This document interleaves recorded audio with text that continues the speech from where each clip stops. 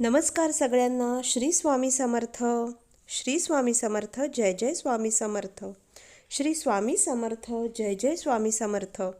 घर, जॉब आणि अध्यात्म या आपल्या सगळ्यांच्या मराठी यूट्यूब चॅनलवर मी सगळ्यांचं स्वागत करते आणि मैत्रिणींनो, आजच्या नवीन विषयाला सुरुवात करते.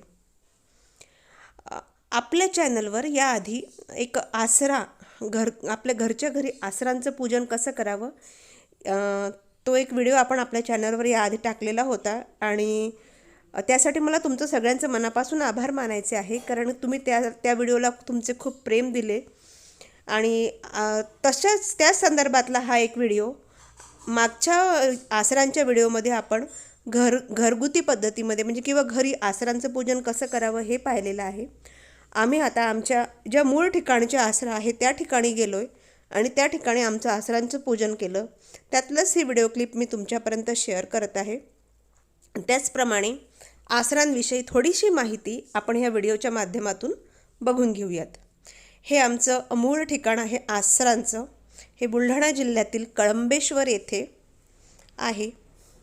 आणि ह्या आसरा आता आपल्या सगळ्यांनाच माहिती आहे की आसरांचं किंवा आसरा माऊल्यांचं जे मूळ स्थान असतं ते पाण्यामध्ये असतं. तर असं हे पाण्याच्या ठिकाणी असलेलं हे स्थान आहे. हे बघा इथे हे जे प्रतीक आहे इथे याला बारव असं म्हणतात आणि तिथे 7 आसरांचं तिथल्या पाण्याने स्नान करून त्यांचं जे आपलं रेग्युलर पूजन आहे त्या पद्धतीने पूजन करणं सुरू आहे. आणि आम्ही आमच्या ज्या ठिकाणी आम्ही राहतो त्या ठिकाणापासून हे ठिकाण भरपूर अंतरावर म्हणजे जवळपास 80 ते 90 किलोमीटर अंतरावर आहे आणि आम्ही हे पूजन करण्यासाठी त्या ठिकाणी गेलेलो होतो. अगदी साध्या पद्धतीने आम्ही पूजन केलेलं आहे. घरूनच आपला दही भात आणि पुरणाचा नैवेद्य घेऊन आलेलो आहे.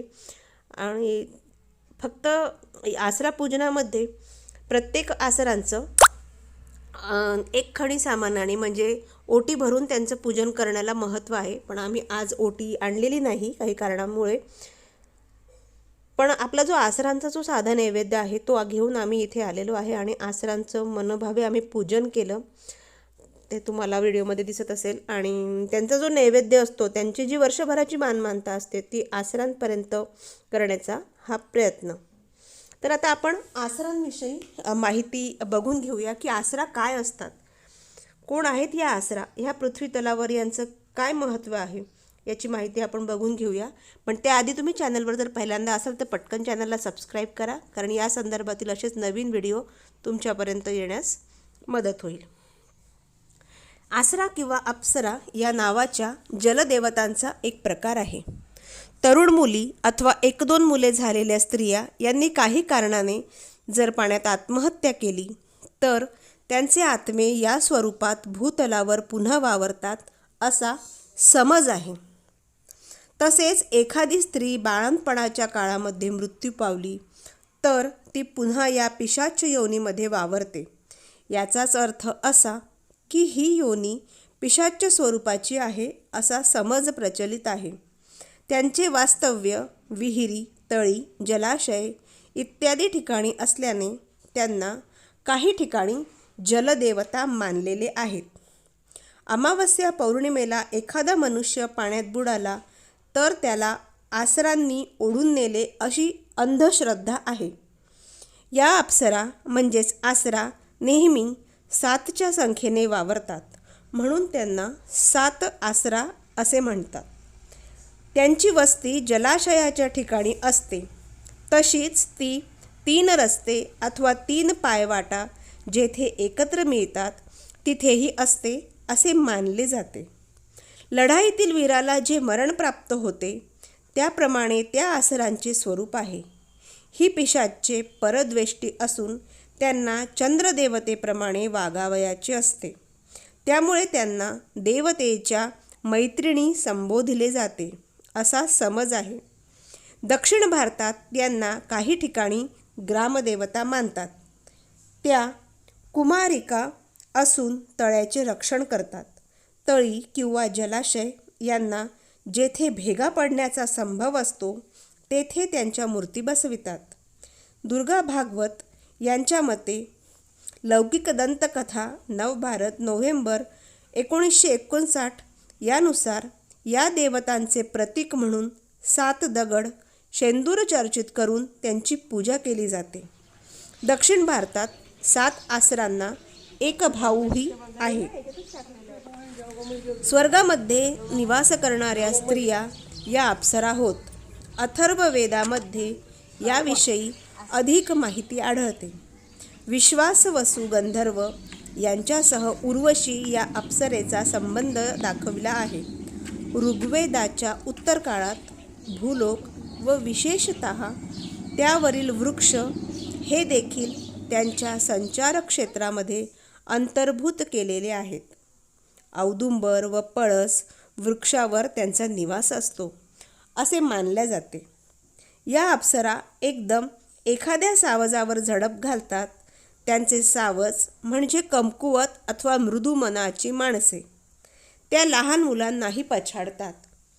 त्यामुळे अवसे पौर्णिमेच्या त्यांच्या फिरण्याच्या दिवशी लहान मुलांना तिन्ही सांजेच्या वेळी अथवा रात्री बाहेर पाठवू नये. त्यांचे स्वरूप विचित्र असते. त्या कधी कुत्री मांजर यांच्या स्वरूपातही असतात.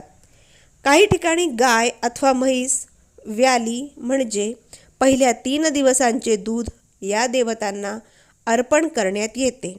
नाहीतर दुभते जनावर आटून जाईल असा समज आहे. या आसरांनी कोणाला त्रास देऊ नये म्हणून त्यांचे वार्षिक देणे ठराविक दिवशी त्या जागी ठेवले जाते. ग्रामीण भागात भरघोस पीक यावे, विहिरींचे पाणी आटू नये, पिकांवर रोग पडू नये म्हणून आसरांची पूजा केल्या जाते. अमावस्येला नारळ फोडतात. आता या आसरांची आपण प्रांतानुसार नावे बघूयात. भारतात विविध भागात प्रचलित नावे अशी: गुजरातमध्ये शंखिणी, मैसूरमध्ये आगाकारू, मद्रासमध्ये आसकनिकल, पंजाबमध्ये जलपरी किंवा जोगिनी. विहिरी, तळी, पाणवठे या ठिकाणी त्यांची वस्ती असल्याने त्यांना जलयोगिनी असेही म्हणतात, असे जेम्स धर्मकोशात पृष्ठ 718 नोंदविले आहे. महाराष्ट्र ज्ञानकोशकारांच्या मते आसरा हा एक शब्द अप्सरा या शब्दाचा अपभ्रंश आहे. या देवता जलामध्ये राहतात म्हणून त्यांना जलदेवता असेही म्हटले जाते. 7 आसरांची जी नावे प्रचलित आहेत ती जलचरांच्या नावावरूनच आलेली दिसतात. ती नावे काय आहेत हे आता आपण बघून घेऊयात. तर 7 आसरांची नावे अशा प्रकारे आहेत.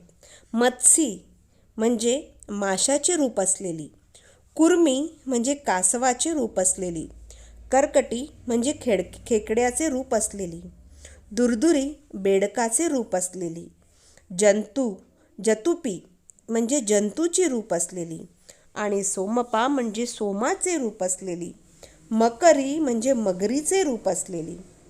असे हे 7 आसरांचे विविध रूपे व त्यांची नावे वर्णिलेली आहेत. महाराष्ट्रामध्ये या 7 आसरांना आसरा असे संबोधतात. त्याचप्रमाणे काही भागांमध्ये त्यांना माऊल्या असेही म्हणतात.